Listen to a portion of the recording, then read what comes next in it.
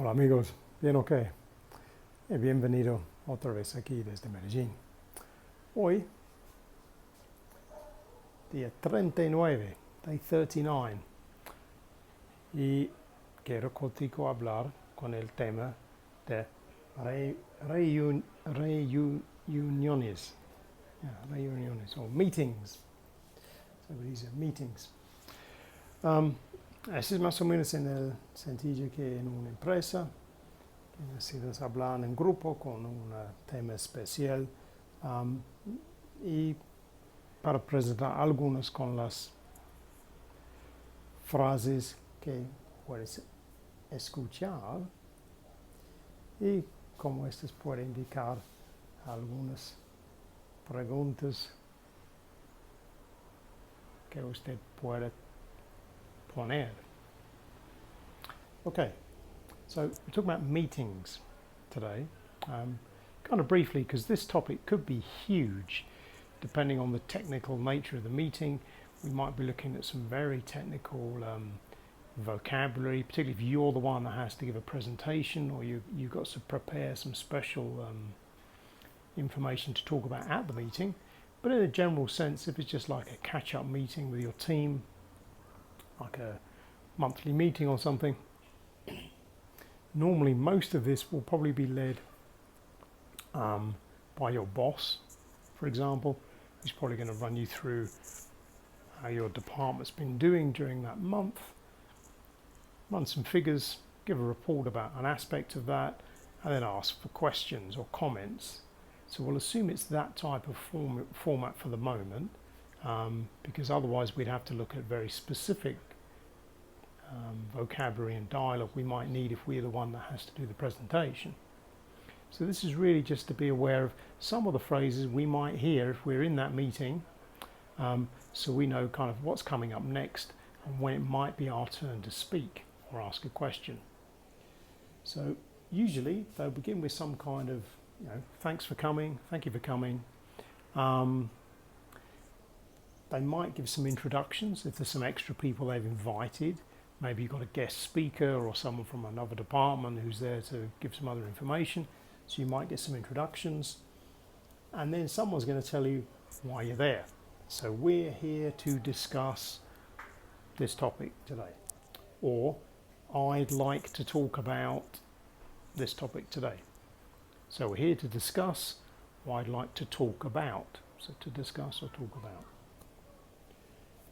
Now, obviously with meetings, the key thing with this is usually there's not much time. So they have a certain amount of time to try and do the meeting. Usually that's way underestimated for what they need, even for a simple presentation. So often they're very busy. So you might hear things like, I'll take questions at the end. I'll take questions at the end. So esto significa que la persona puede solo leer su presentación sin interrupción, con cualquier pregunta o qué pena, disculpe, no quiero, solo quiere leer todo y después finalmente puede preguntar, responder con preguntas. So you must only want to take questions at the end of the presentation. You might also get this kind of phrase, there's a lot to get through. There's a lot to get through. So hay muchos puntos que necesitamos cubrir, lots of things we need to discuss, lots of things to talk about, so we have to be quick. So es indica también que no puedes hablar con demasiado tiempo, bla, bla, bla, bla, bla. Yeah? Otra oración puedes escuchar, un poco raro, es que, por ejemplo, casi el fin de la presentación, jefe puede preguntar para todos los pensamientos con cada persona. So let's go round the table para preguntar cada persona a la mesa. Or let's go round the room, round the table, round the room, one at a time. What's your thought? And then they're going to ask you something like, any thoughts, comments, anything to add? Algo más para decir, algo adicionalmente para decir. So you might get that. So if you hear this, let's go around the table, let's go around the room. In other words, you should know that they're expecting you to say something. They'll ask you any thoughts, comments, anything to add. Now again, another expression you might hear is, we're tight for time. We're tight for time. No hay más tiempo. So, rápidamente. So that gives you some indication of some perhaps unusual phrases we might get to indicate how they want to move the meeting on, how they want to progress the meeting point by point. And generally, remember, often these are indicating either it's your turn to speak or there's a time pressure. A lot to get through, tight for time, lots to discuss, need to hurry you, move you on, often with that. So these are things we're listening for. So unless you've been told they're only taking questions at the end, you're able to interrupt in case your speaker isn't being clear.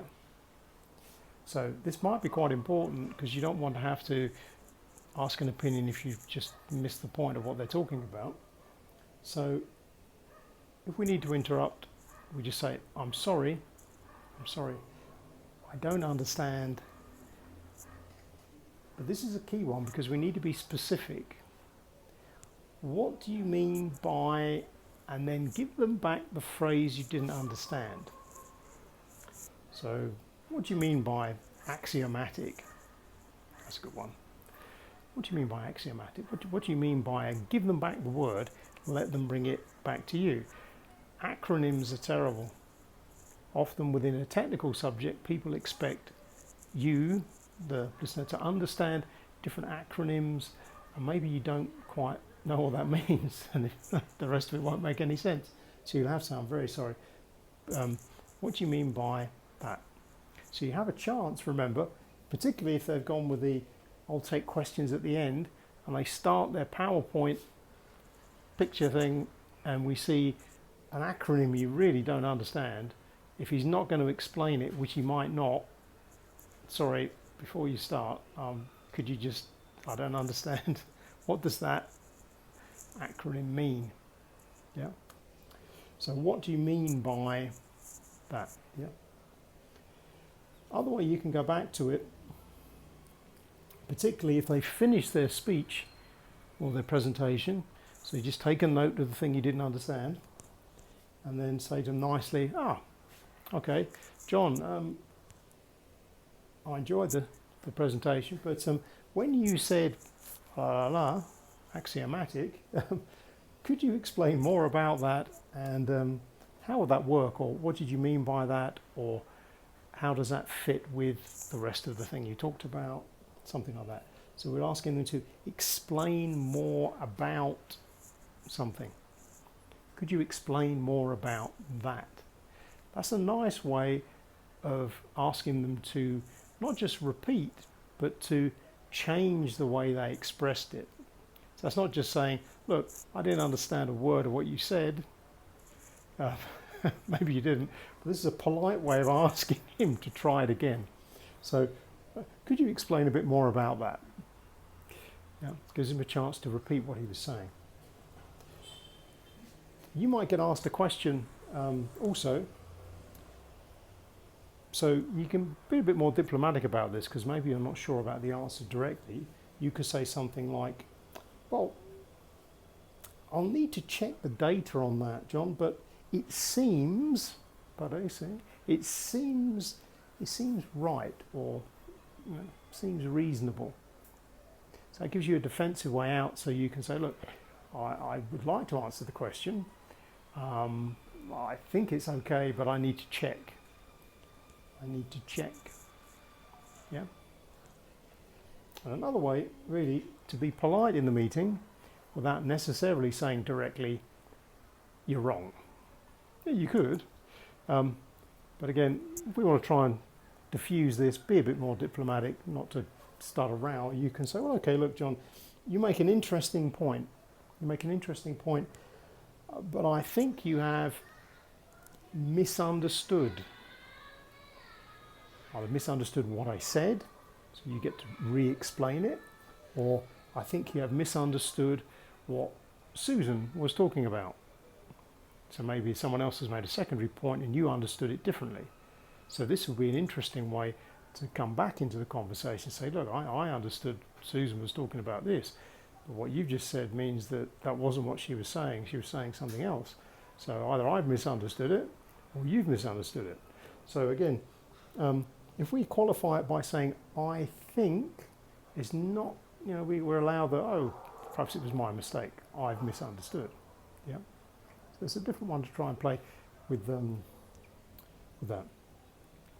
Because if we don't say I think, and you go straight with you have misunderstood, that can seem very direct, and in some cases people might be a bit upset by that. So that might not be the easiest way to move the conversation. It's probably better to be a bit more like, oh, I think perhaps you misunderstood that point. Offer some more explanation, and it allows them to say, oh yeah, okay, I misunderstood that. I thought it meant this. Yeah. So as I was trying to balance that out, even when you do know that they're wrong and they didn't understand it at all, you have to tell them nicely, soften the blow, as we say. Okay, so that's a very brief look at some of the phrases you might hear if you get called into one of these kind of like weekly meetings at your company. Hopefully at least that'll give you an idea of the kind of things to listen for, give you some clues as to when it's likely to be your turn to speak, or whether, like in this case, take questions at the end. I don't want any interruptions until later. And hopefully again we've shown you a couple of useful ways you can ask a question, or really ask them properly to just, could you just repeat that again because that wasn't clear, without being too direct about it, so you can try and be nice about it. Okay, so I'll leave that there for today. Hope you appreciate this. Potentially is a huge topic area. We could really go for different ways. Some of these I've discussed before with some of my other students. It can be quite technical because they might be in a very have to give some very technical information or talk on particular very specific topics. So that would be something we'd have to look at a bit different, perhaps in some of the questions they would be asked initially, or maybe indeed some of the technical questions we might have to prepare to ask other people. This would be the same if we were going to like a sales presentation or negotiations, these type of things. But this should give you a general idea at least of some of the vocabulary. Okay, well I hope you found that useful for today. And wherever you are, you'll be having a splendid evening. We'll see you tomorrow. Cheerio for now.